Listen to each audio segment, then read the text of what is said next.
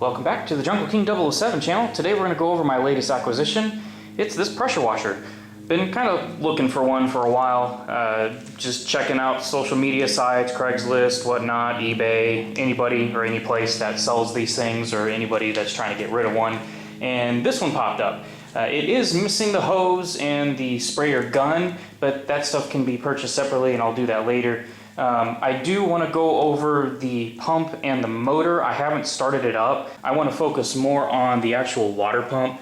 A lot of times these things are typically bad, but I just want to check everything, do a once over on the seals, all the pistons, and make sure the oil's changed. These things do have oil in them, so I do want to change that out of here, so I'll have to take this off. And like I said in this video, that's what we're going to do today. So let's take this off, let's pull it apart, check all the seals.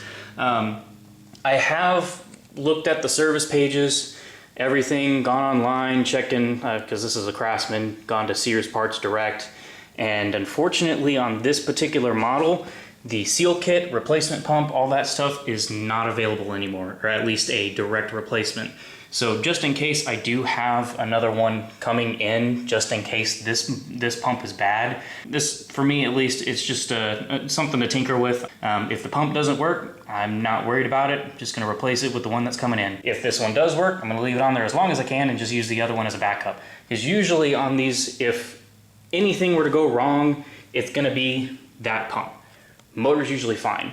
And these are simple to work on, and last couple that or at least last couple of small engines that I played with, you can't kill these things unless you actually try. So I'm not too worried about the motor. Main thing that's probably gonna have to happen is change the spark plug, and on this one is rebuild that carburetor. So we'll do that on the next video, but let's play with that. There are 3 bolts, or actually I should say 3 nuts holding it to studs that are actually mounted to the motor itself, basically going all the way through. I'll have to take this nut off, and then there's one back here that you can't see. They are 13 millimeters, so we'll go ahead and pull this thing off. I'm going to put this light down so I can actually use both hands on this. Get that one, just loosen them up for now. I want to make these easier.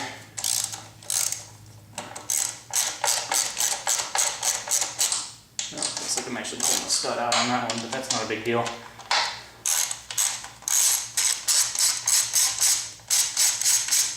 There's one.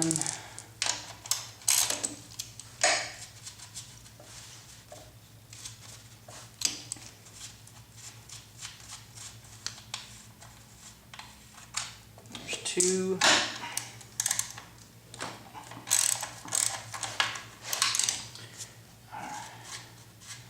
Stud was actually moving, so I had to jam one of my wrenches in there to keep the stud from moving so I could take this nut off in here in the back. There's the 3rd one. Alright, now it should be as simple as just pulling this thing straight down off the shaft.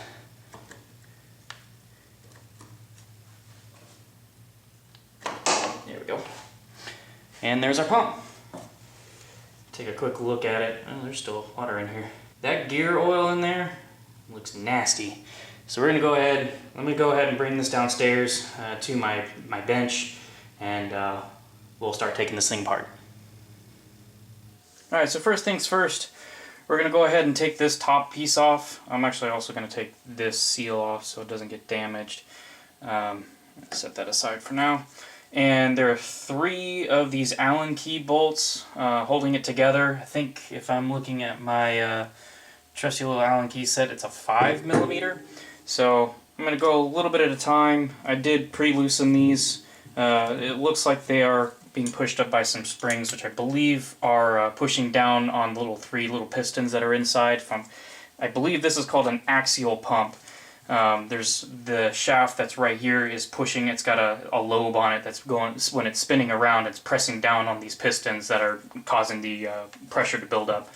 So I got to be careful. Hopefully it doesn't splash up in my face, and just go through a little bit at a time on each one until they all loosen and I can pull this thing off. Well, I thought this one was loose. There it goes. Alright. Set these 3 to the side. Go ahead and flip this over real quick to see it. As you can see right here, this is I think they call this a wobble plate. It is off-centered, so every single time, move this bearing out of the way. Don't want to move that too much. Set it there. Because it's rubbing up against that bearing, and as this is moving around, that wobble plate is hitting each individual one of these and pressing it down. Let's flip this over and get all that crud out. As you can see, that stuff looks nasty. It's like milk, which means water got in here.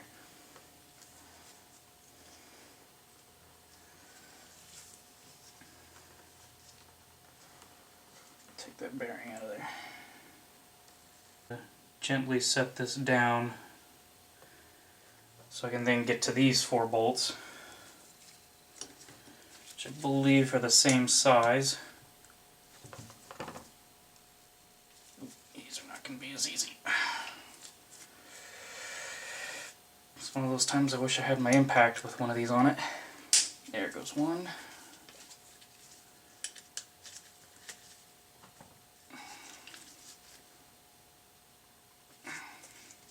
Okay, there goes 2. There's 3.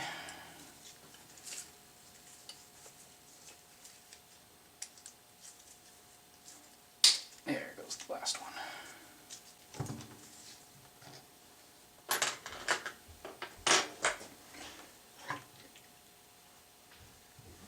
Alright, so this is the water side, this is the other side of these pistons. There are 1, 2, 3, 4, 5, 6 O-rings, and actually 7. There's one here, and it appears that there's a metal, looks like some sort of spacer or washer, and it goes right here, which I believe it's holding this washer in place, or this O-ring in place. So let's not lose that. Put it with the other metal components. I do want to clean all this out, so I'm going to have to very gingerly pull these out without trying to mar them or nick them.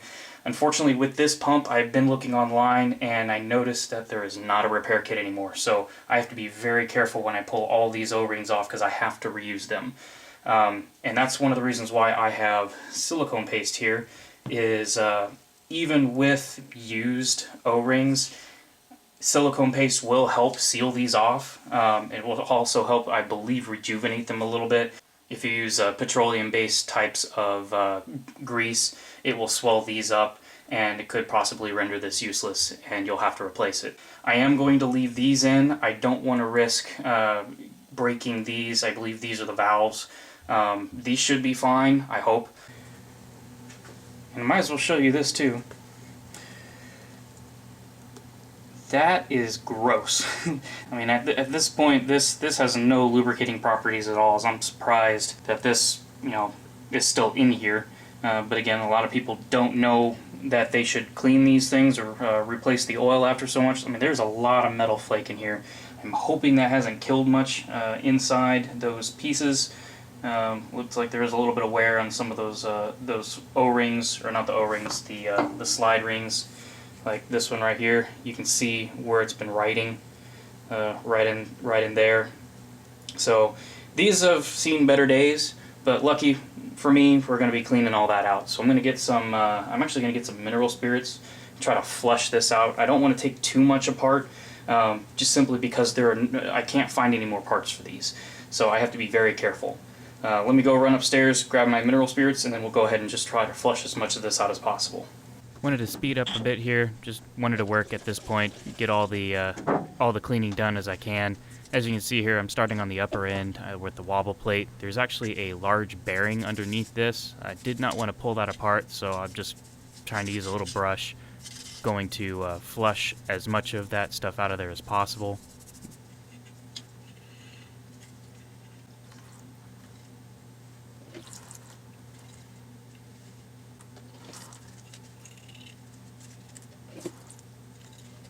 That next piece was actually a bushing.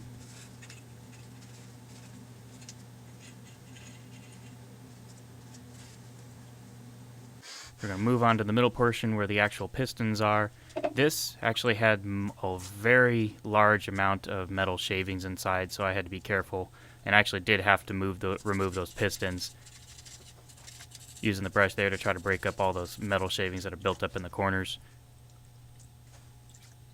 And flipped it over. This time I'm working on the water side. Pulling out those O-rings, I was only able to pull those rings and the water side ones. I couldn't get the U-cups, is what they're called, get the U-cups off of this. I didn't want to destroy them, so I just left them inside. This is a little bearing on the wobble plate that goes in between two bushings and basically allows it to pivot and stay in one spot. You can see some marring on here. This shows that there was no lubrication in there at all.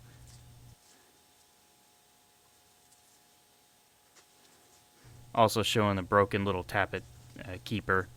That bottom one is good. Actually, there were two of them that were broken. And there's some wear showing on the pistons themselves.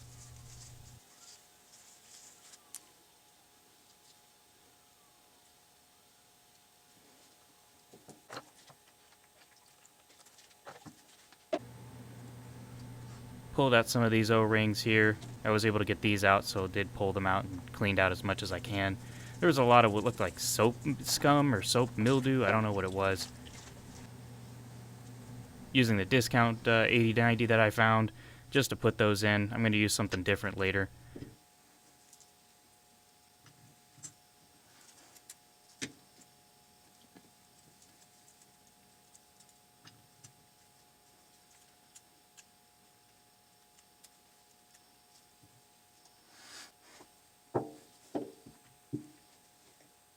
Now we're moving on to the silicone paste. Now I'm using this simply because I want to seal as much as I can.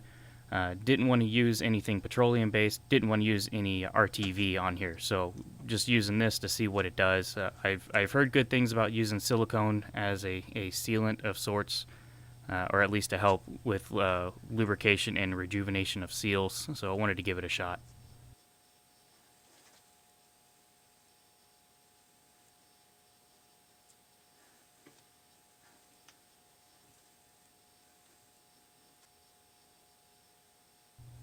I'm also going to put some silicone paste around the internals of the pistons, because that's where those bronze bushings are going to go as well, so I want to seal those up as well. Also going to hit the last three of those O-rings locations, put some in there, and install the O-rings for that side.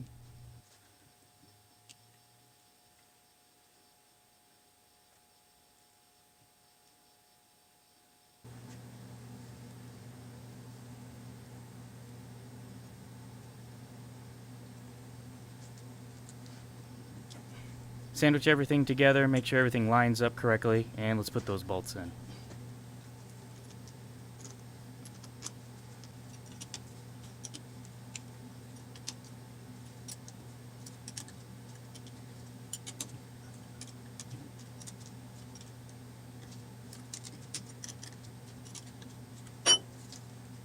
Next we're going to move on putting oil into the pistons. We're going to seal up that big O-ring, and then we're going to put the top piece in. You got to line up those 3 bolts. It may take a couple tries, but eventually you'll be able to line them up and secure them with the 3 bolts.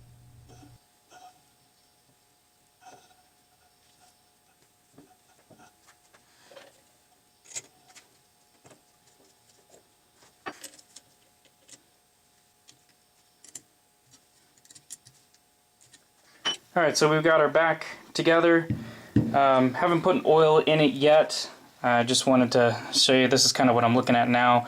For some reason this one's an open top. The ones I've been seeing online, at least newer ones now, these are all enclosed. So this is how I'm going to be putting oil in. I don't know how much needs to go in here, but hopefully you can see it in this shot. I'm trying to get a good shot. You should be able to see where the tappets are. I think what I'm going to do is I'm going to fill just below that, and that hopefully should be enough oil for this unit, and get her back up and running. Now I am going to be using some 80W90. I think this, or looking through some old stuff, it was 85W90 was used on some of these. The newer ones are using, I think, 30 weight, 20 weight, 40 weight. or 40W oils. I'm gonna stick with some gear oil. Now they do say also use non-detergent. Well, this is only stuff I could find readily available in my area.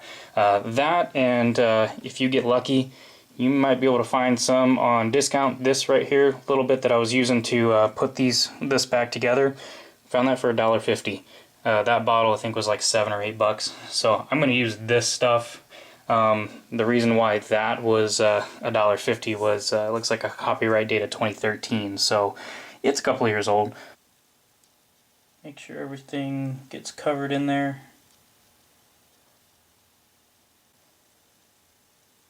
So I don't want to put too much in here, or else it'll have issues where it actually will pressurize in here and possibly shoot out the sides or maybe blow a gasket that may have not much life left in it. So I don't want to kill it, but I want to make sure it's still lubed just fine. There should be the oil level. It is just right. It looks like it's right at the tappets, or at least at those spring holders. I actually found that 2 of those little spring clips were broken. Unfortunately, like I said before, no parts, so having to make them work. Let me put this seal on, put some silicone on it because I want that to seal really well up against the motor, and we'll go back and install this on the motor. All right, quickly show you what came out of there. Wish I had a white towel to show you, but there are a ton of metal flakes, and this is just from doing a little bit of mineral spirit cleaning. I mean, look at that. This is why you change your oil. And not only these, but you know, your car, anything, a motor, just anything that requires lubrication. There is a reason why it is recommended to change the oil, and this is one of them. You see all this metal flake. This happens when the oil, gear oil, whatever, loses its ability to lubricate, and it's basically just metal on metal, and it just wears things out. So I have to stress it. I can't stress it enough that you need to change your oil when it says to do it, or else, you know, this is going to happen and it will cause a failure. I'm hoping this thing lasts. Like I keep saying this, I hope it lasts because this right here gets me a bit nervous that there's so much metal that came out of there when it should not have been. It should have not had this issue if the oil had been changed. Hopefully, I helped it, but at this point, it's unknown.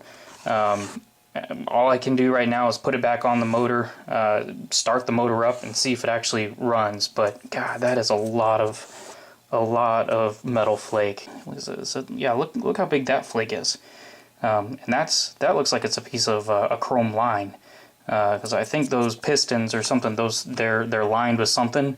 So again, I can't stress enough. Change the oil in any pump, any oil, any motor, any engine, whatever it requires, and go by the intervals.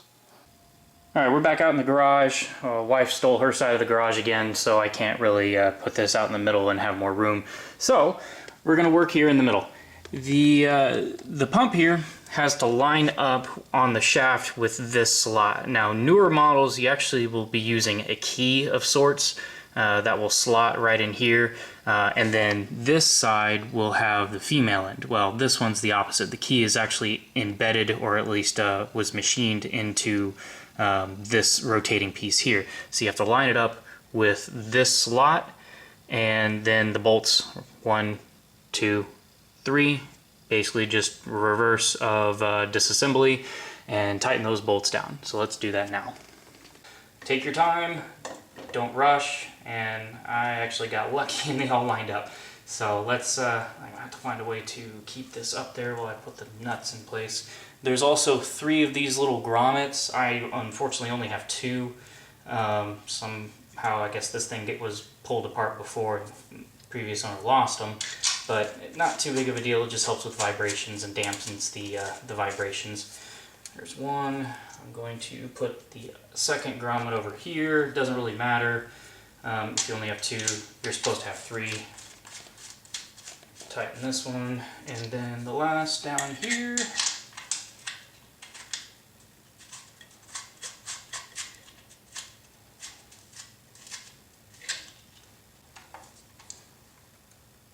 Tight, tight,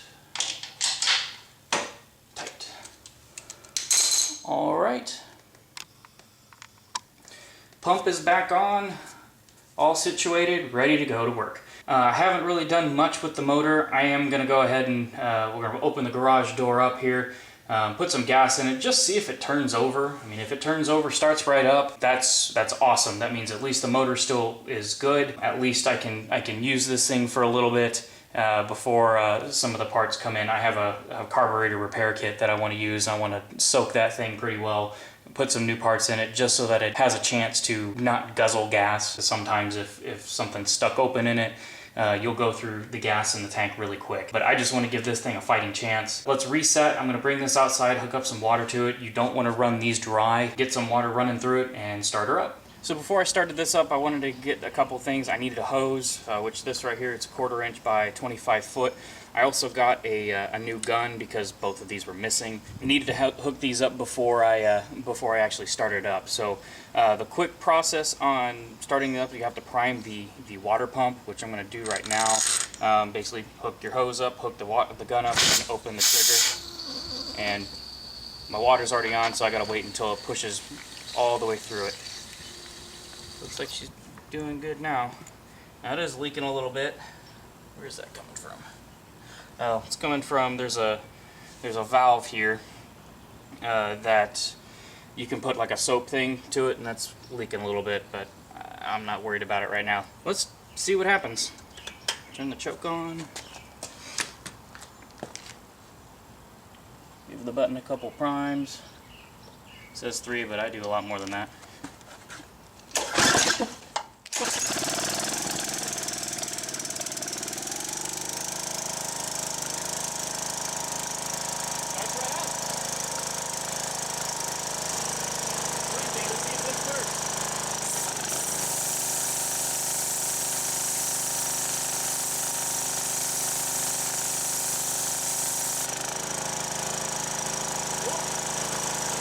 Just quick run around of it. As you can see, that little nipple to the right, that's what I was talking about, was leaking before. But as we can see here, there's no leaks at all. It may be a little early to say this, but I think this repair was successful.